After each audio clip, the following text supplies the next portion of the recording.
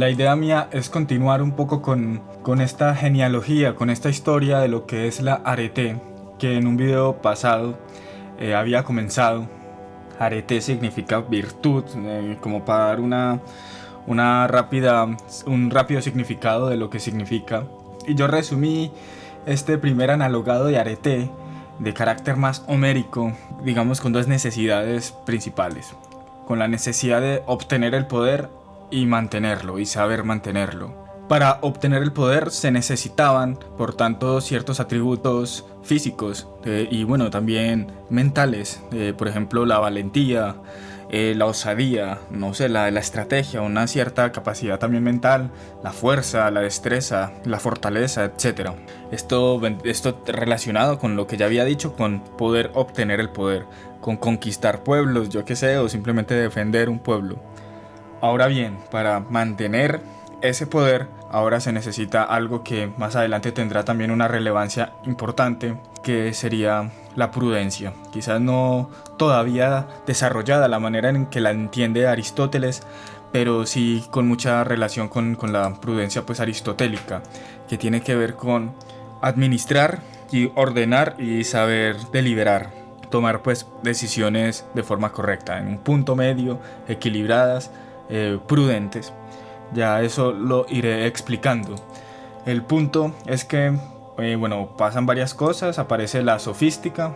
Creo que lo que ocurre en la sofística, para resumir muy rápidamente, es que la obtención del poder, incluso en una democracia, que era pues el contexto en el cual surge esto de la sofística, obtener el poder ya era una cuestión más dialéctica. Ya no tenía tanto que ver con la fuerza, con la valentía, con la destreza, sino con la retórica. Con la retórica, la dialéctica y unas virtudes más de la oratoria.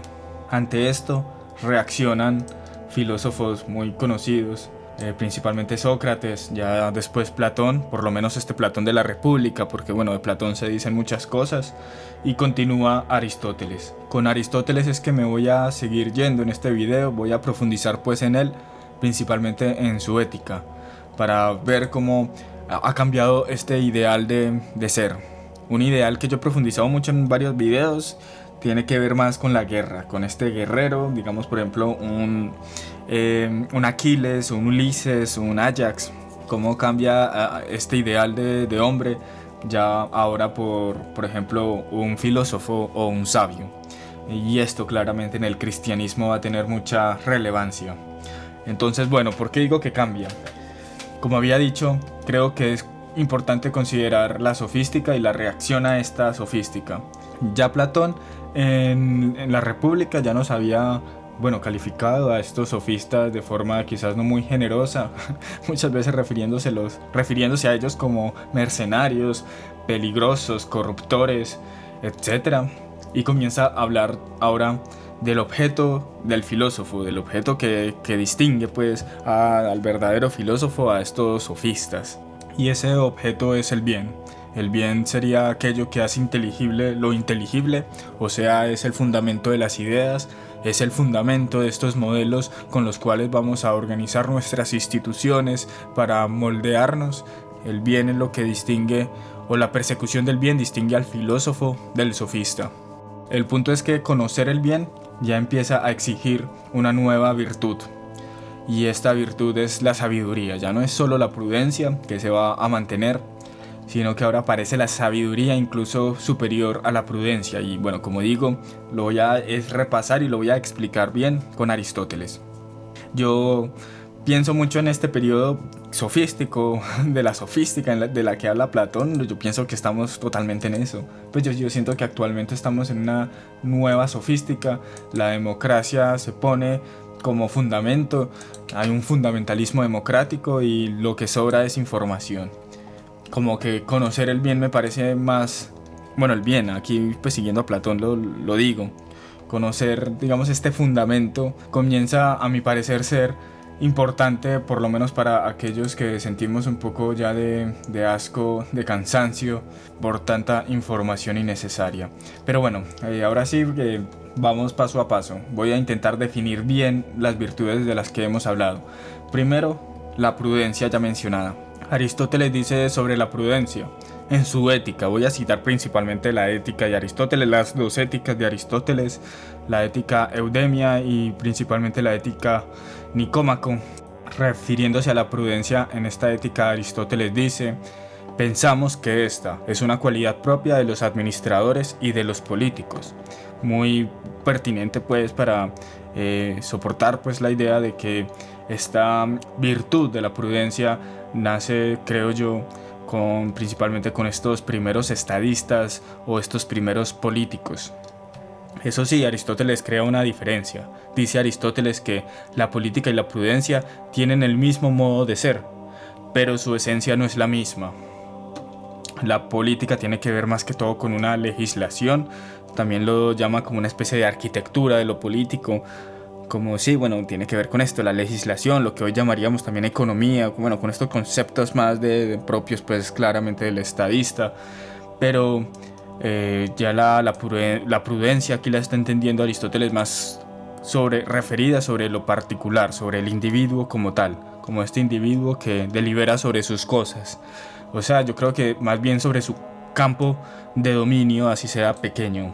Ya no será el campo de dominio que tendrá un gobernante que legisla sobre todo un pueblo, sino que ahora es este individuo que legisla, por así decirlo, sobre sí mismo. Aristóteles dice que la prudencia es el buen deliberar. Delibera principalmente sobre lo contingente, o sea, no tiene sentido pues predicar virtud sobre aquello que es necesario, sobre lo que inevitablemente va a ocurrir, no se puede pues hacer nada. Aquí la prudencia tiene que ver con una rectitud de una acción que puede ser tomada de una u otra manera, y esa rectitud está definida respecto a un punto medio entre el exceso y el defecto. Hay una cuestión normativa que tiene la prudencia. Dice Aristóteles: si el deliberar rectamente es propio de los prudentes, la buena deliberación será una rectitud conforme a lo conveniente, con relación a un fin, cuya prudencia es verdadero juicio. Aquí lo importante es esta cuestión del fin. Se delibera pero en función de un fin, es ordenarnos respecto a un fin que queramos alcanzar. Tan sencillo como que, no sé, si quiero ganar una competencia de ciclismo, pues ordeno mi vida y ordeno mi horario, ordeno mi día a día para, no sé, entrenar, ordeno mis gastos para comprarme una bicicleta decente, bueno, etc. Como por poner pues un ejemplo sencillo. Aristóteles dice: debe fijarse un blanco para vivir bien, honor o gloria o riquezas o cultura, y manteniendo sus ojos en él, regular todos sus actos, pues el no ordenar la vida a un fin es señal de gran necedad. También dice: el sabio no solo debe conocer lo que sigue de los principios, sino también poseer la verdad sobre los principios. Mejor dicho, aquí la pregunta que nos tendríamos que hacer es cómo conocer ese fin y cuál es el fin, ¿cierto? Porque cuando Aristóteles dice principios, hay que entender principios de varias formas. Muchas veces principio es causa final, que puede sonar pues paradójico para algunos, pero la causa final es la primera de las causas. Y Aristóteles bueno, aquí el pensamiento aristotélico es teleológico, todo tiene un fin, todo está ordenado, diríamos ya un poco metiéndole quizás hasta dosis cristianas, ya todo está ordenado a un fin. Esto no se puede entender en una cosmovisión mecanicista, pues que es la que actualmente impera. Porque bueno, si no tenemos un fin, pues no lo fundamos nosotros. Aquí la inversión está en que o primero nos ordenamos en virtud de ese fin que ya existía desde que existimos nosotros, o ordenamos nuestros fines, o que por medio de nuestra voluntad creamos el fin. Nuestra voluntad se acomoda al fin, o el fin se acomoda a nuestra voluntad. Yo creo que aquí estaríamos viendo dos modos de ser, uno más clásico, aristotélico, en contra pues de uno más moderno y actual. El fin, en Aristóteles, el fin del hombre tampoco es muy complicado, de hecho es la felicidad. La felicidad, dice Aristóteles, sin duda se reconoce que es el mayor y el mejor de los bienes humanos. ¿Por qué? Implica alguna participación de un divino elemento de su naturaleza. Bueno, aquí ya vemos que tiene un poquitico de trampa esta palabra felicidad en Aristóteles. Lo llama realmente eudaimonía, tiene que ver con daimon, eudaimonía, y el daimon es una especie como de ángel, demonio, como tiene que ver con el destino, incluso con una voz interior. Aquí claramente está funcionando una religiosidad griega que tendrá claramente también su modulación con el cristianismo. Hay una nota de pie de página que me gusta lo que dice. En el texto pues que tengo de la ética, dice: eudaimon solo puede aplicársele este término al que posee una participación divina en su naturaleza, siendo el daimon una divinidad que interviene desde el exterior. Aristóteles dirá también que aquello que nos hace más semejantes a los dioses no es tanto la prudencia, sino más bien la sabiduría. Es la sabiduría, el poder contemplar el fundamento, digamos, esa primera de las causas que es este motor inmóvil, que ya vamos a profundizar en él. La sabiduría es aquello que tenemos de más de divino, ¿cierto? Esto también lo recupera el cristianismo completamente. Bueno, no tanto la sabiduría, pero a veces unos dicen que el intelecto, otros dirán que la voluntad, etc. Dice Aristóteles: la sabiduría es ciencia e intelecto de lo más honorable por naturaleza. Dice también: produce felicidad con su posesión y ejercicio. Aquí ya nos está diciendo, aquí ya nos dijo casi que todo. El fin del hombre, la felicidad. ¿Y cómo alcanzar la felicidad? Con la posesión y ejercicio ¿de qué? De la sabiduría, que es aquello pues que nos hace más semejantes a los dioses, aquello que es más excelente en nosotros, la sabiduría. Aquí aparece algo muy curioso, algo que puede ser paradójico, y es que la soberanía parece que le pertenece más bien a la prudencia, porque la prudencia es la virtud que manda, que ordena. Pero la soberanía la ostenta es la sabiduría. Entre las virtudes es la principal, es la señora de las virtudes, a pesar de que no mande.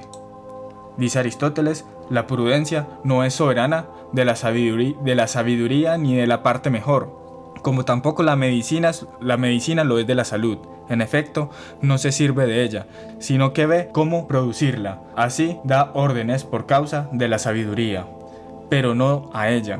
Sería como decir que la política gobierna a los dioses porque da órdenes, sobre todo en lo que pertenece a la ciudad. La sabiduría es como, la sabiduría no sirve, no tendría como utilidad, porque la sabiduría no es sirvienta, sino señora. Bueno, esto obviamente tiene otras maneras de entenderse. De hecho, la sabiduría nos serviría para conocer este fin por el cual nos ordenamos. Este fin pues supremo del hombre, que es hacer precisamente ejercicio de la misma sabiduría. Y ordenamos el resto de cosas en el mundo, es para tener tiempo y tener disposición para hacer uso de la sabiduría. La sabiduría tendría que ver, por tanto, por una especie de rectitud en cuanto a conocer este fin, pues rectitud de este conocimiento frente al fin. Es una virtud intelectiva, mientras que la prudencia es una rectitud, pero de los medios para llegar a ese fin, ¿cierto? La prudencia es una virtud más práctica. Continuando con la síntesis entre estas dos virtudes, las dos virtudes más importantes, en el final de la ética eudemia, esto también ya lo mencioné en el video pasado, me parece que Aristóteles le da lo que me parece a mi parecer lo más importante cuando habla de la nobleza, y me gusta pues que recupere como esta cuestión de la nobleza. Por lo menos así traducen lo que es kalos kagatia, la nobleza kalos kagatia, una unión entre lo bueno y lo bello, hay unido en esta palabra. Bueno, esta nobleza tiene que ver con la síntesis, la excelencia total, es la síntesis entre estas virtudes. Es la expresión del más alto arete. La excelencia que resulta de las virtudes es la virtud total. En el noble, la sabiduría y la prudencia se dan necesariamente.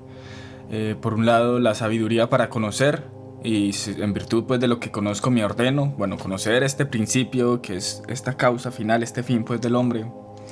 Y bueno, por la prudencia me ordeno para conocer. Aquí yo creo que está la relación más ordenada pues que puedo dar. O sea, necesito ordenarme, necesito adquirir ciertas virtudes para adquirir bienes materiales y bueno, y adquirir tiempo de ocio y poder dedicarme a la sabiduría. En el libro de la política también menciona esta relación entre las virtudes, distinguirá entre lo que es una virtud relativa y una virtud absoluta, siendo la relativa aquella virtud que es en vistas pues, de fines materiales o fines naturales. Por ejemplo, comer.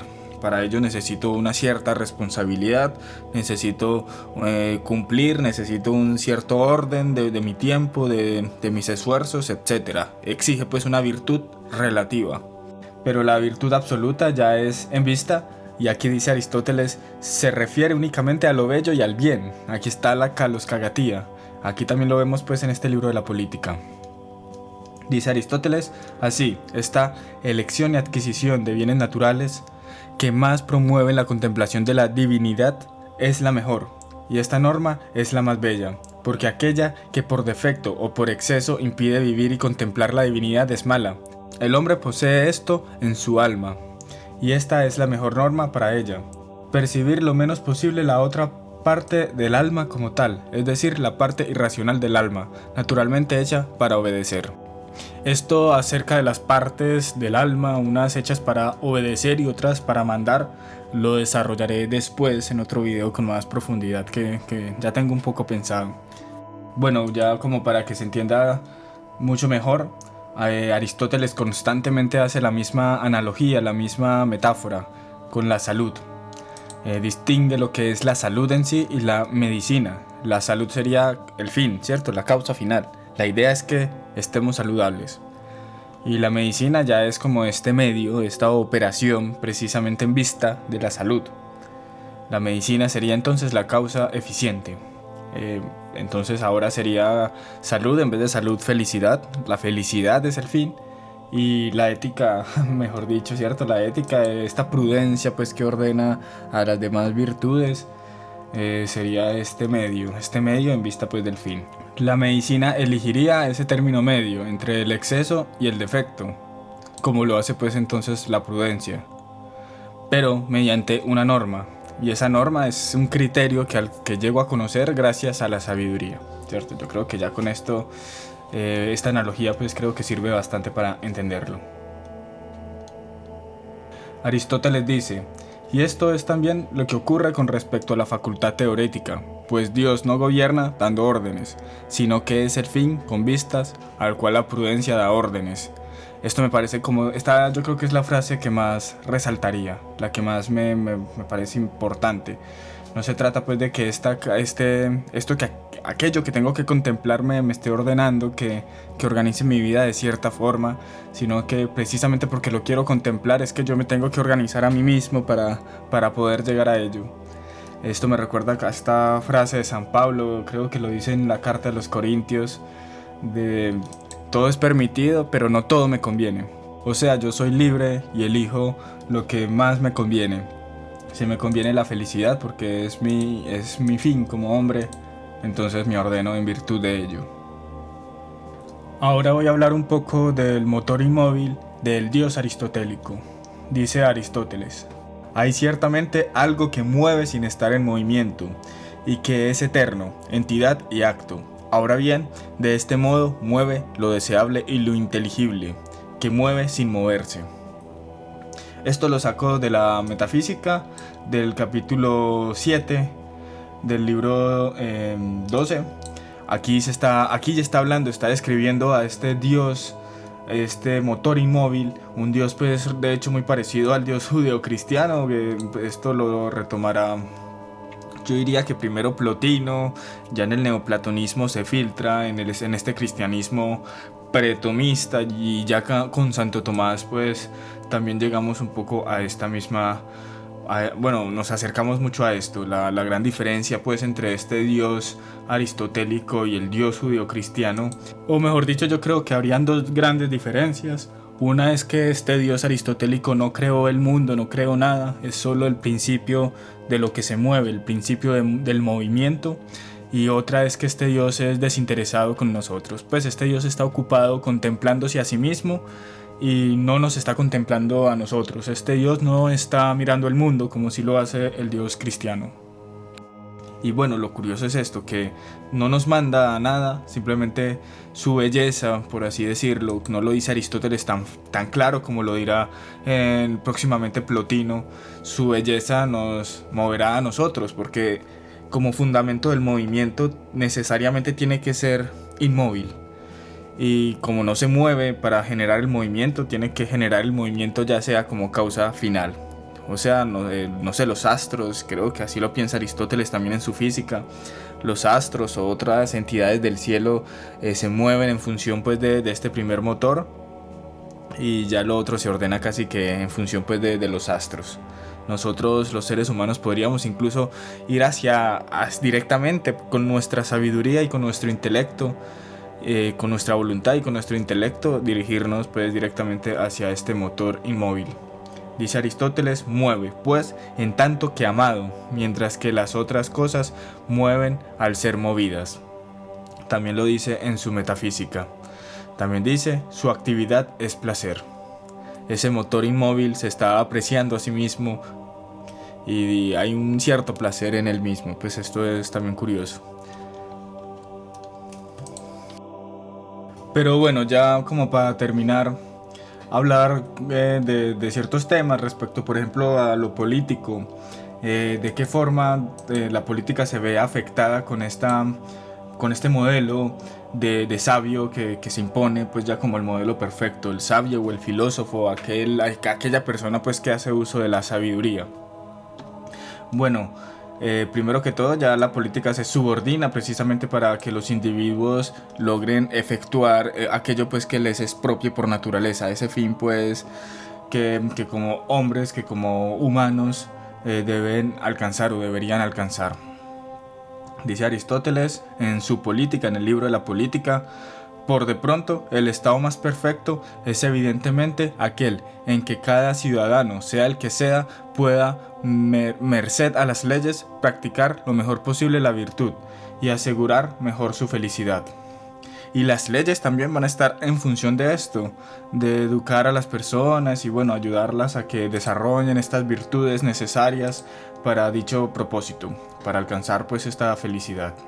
Ya aquí en Aristóteles, incluso él se pelea en la política con la idea de que el propósito del Estado es extenderse mediante la guerra y mediante la extensión del derecho, la extensión de la ley, o sea, la pacificación de los otros pueblos, lo que con Ébola habíamos visto que llamaba, y me gustaba mucho esta frase, como la ascesis de poderío. Ya no se trata de extender una ley divina, por ejemplo, simplemente por un imperativo religioso, sino que ya la ley es en función de otro imperativo también a mi parecer religioso, que es este de contemplar a la divinidad. Y siento que este pensamiento continúa estando bastante presente en bastantes siglos posteriores a Aristóteles. Pienso principalmente en este estadista, en este filósofo del Estado llamado Jean Bodin o Bodin o Bodino, no sé cómo pronunciarlo, quien dice así en su libro de la República. Vemos así que Dios destinó 6 días a aquellas actividades a las cuales el hombre dedica la mayor parte de su vida, pero ordenó que el séptimo, bendecido sobre todos los demás, sea holgado como día santo de reposo, a fin de emplearlo en la contemplación de sus obras, de su ley y de sus alabanzas. Prácticamente es por medio de la Eucaristía que podemos entonces contemplar esta divinidad, y la política sería en función de poder conservar este privilegio y además expandirlo al resto de personas. Bueno, esta sería como una forma muy cristiana de entender lo que ha dicho Aristóteles. También habría otra, ya sería por ejemplo este proceso místico, lo propio pues del místico, pero ya esto sí es algo más individual, ya esto implica otro tipo de cosas que no voy a abordar. Y siento yo que este ritual católico también se ha ido poco a poco secularizando. Pienso en la misma iglesia, que de por sí es un templo, pues un espacio tremendamente sublime, tremendamente, que tiene un poderío estético increíble, o las obras mismas que se encuentran en los templos, las pinturas, los vitrales y las estatuas, etc. Pienso que todo conecta bien y está pues muy bien ordenado en función entonces a este fin ya cristiano de observar pues a Dios por medio del arte, por medio pues de estas prácticas, por medio pues de no solo del ritual, no solo pues del pan que presuntamente pues encarna a Dios aquí en la hostia, sino que ya también por medio de muchos otros medios. Y bueno, ya después la hostia, el pan y la Eucaristía pasan a un segundo plano. Nos hemos quedado, yo creo que con el arte en la modernidad, poco a poco, claramente con sus matices. Y no, ya en la contemporaneidad creo que ni siquiera el arte nos habla ya de cosas trascendentales. Ya eso ya está completamente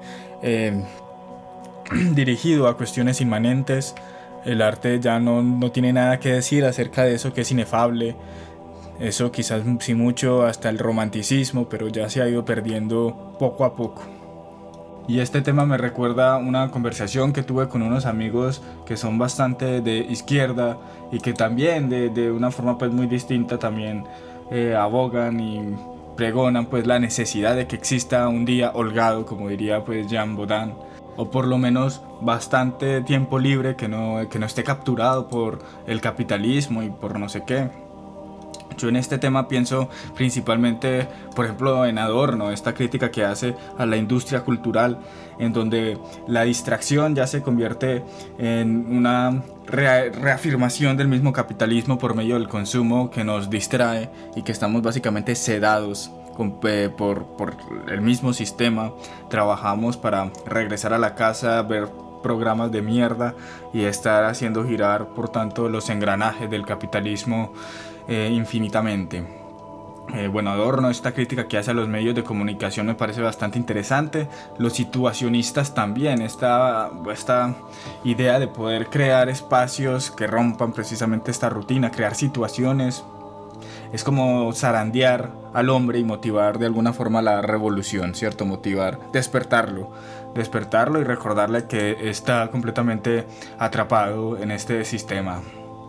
También creo yo que cabría mencionar aquí al hombre existencial. Ya pienso en Heidegger o en Sartre, y ya este tiempo libre estaría en virtud de alcanzar este hombre, de alcanzar la autenticidad, de llegar como a este singular que soy. Todo esto me recuerda un poco también a la actitud que tiene Aristóteles frente al uso que se le puede hacer al tiempo libre, un uso más dirigido hacia la diversión o hacia el entretenimiento, que criticará un poco, tampoco lo hará absolutamente. Dice Aristóteles, por ejemplo, estar bien porque la diversión es como un descanso, y como los hombres no pueden estar trabajando continuamente, necesitan descanso, ¿cierto? No es tan mala la diversión. El descanso, por tanto, no es un fin, porque tiene lugar por causa de la actividad. La vida feliz, por otra parte, se considera que es la vida conforme a la virtud, y esta vida tiene lugar en el esfuerzo, no en la diversión. Si bien la diversión es necesaria para descansar, la felicidad se encuentra en un ejercicio que exige cierto esfuerzo, y es el ejercicio de la sabiduría. También importante pues que para hacer ejercicio de esta sabiduría, como ya he dicho pues bastante, es necesario el tiempo de ocio. Y esto es paradójico, y aquí me recuerda a Castellani en un texto que tiene sobre Kierkegaard y Santo Tomás. Castellani nos recuerda pues que básicamente el fin del hombre en Aristóteles es un fin para muy pocos hombres. Es básicamente aristócratas que tengan pues el tiempo y la disposición pues para dedicarse a esta sabiduría. Es para el mínimo de seres humanos aquellos que pueden conseguir este fin. Muy diferente pues a Jean Baudin, cuanto la Eucaristía o la misa o el ritual religioso es un ritual que es casi que para todos. Yo creo que nadie está excluido, por lo menos en el contexto cristiano. Pero Aristóteles dice: es claro que todos los hombres desean la virtud y la felicidad, pero a unos es permitido y a otros no el conseguirlo, lo cual es resultado ya de las circunstancias, ya de la naturaleza. Y bueno, yo creo que aquí voy a dejar Yo creo voy a regresar a esto más adelante, porque esto lo he hecho como puente a muchas otras cosas que a lo largo de otros videos que tengo pensados voy a ir desarrollando.